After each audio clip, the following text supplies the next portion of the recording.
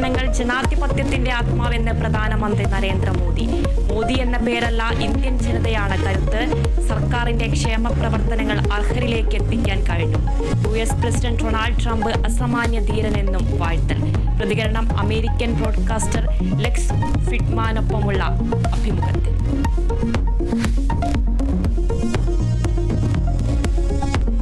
കളമശ്ശേരി പോളിടെക്നിക്കിലെ കഞ്ചാവ് വേട്ടയിൽ മുഖ്യപ്രതി പിടിയിലായത് കോളേജിലെ വിദ്യാർത്ഥി അനുരാജ്.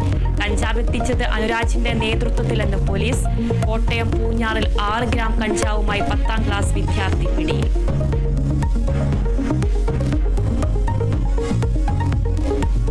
കൈക്കൂലി കേസിൽ പിടിയിലായ ഇന്ത്യൻ ഓയിൽ കോർപ്പറേഷൻ DGMന് 29 ലക്ഷം രൂപയുടെ നിക്ഷേപം.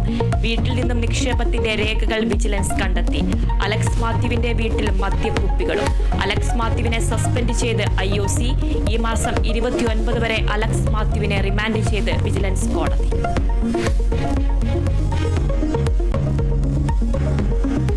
മലപ്പുറം കാട്ടുകളിൽ ജ്വല്ലറി ജീവനക്കാരെ ആക്രമിച്ച് സ്വർണം കവർന്നതിൽ വൻ ട്വിസ്റ്റ്. പരാതിക്കാരനായ ജ്വല്ലറി ജീവനക്കാരനും അറസ്റ്റിൽ.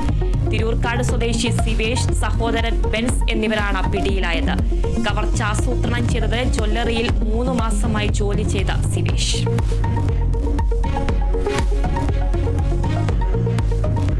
ആലപ്പുഴയിൽ ഇടിമിന്നലേറ്റ് യുവാവിന് ദാരുണാന്ത്യം. മരിച്ചത് എടത്വ സ്വദേശി അഖിൽ ശ്രീനിവാസൻ. മിന്നലേറ്റത് പാടത്ത് ക്രിക്കറ്റ് കളിക്കുന്നതിനിടെ.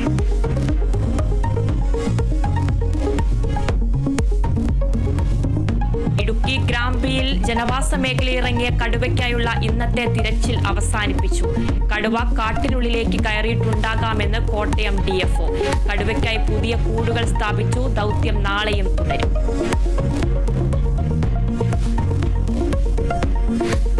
സ്പേസ് എക്സ് ക്രൂ 10 ദൗത്യത്തിന്റെ ആദ്യഘട്ടം വിജയം. സഞ്ചാരികൾ അന്താരാഷ്ട്ര ബഹിരാകാശ നിലയത്തിൽ പ്രവേശിച്ചു. ക്രൂ 10 സംഘത്തെ സ്വീകരിച്ചു ക്രൂ 9 സംഘം. സുനിത വില്യംസിന്റെയും ബുഷ് വിൽമോറിന്റെയും മടക്കം ബുധനാഴ്ച.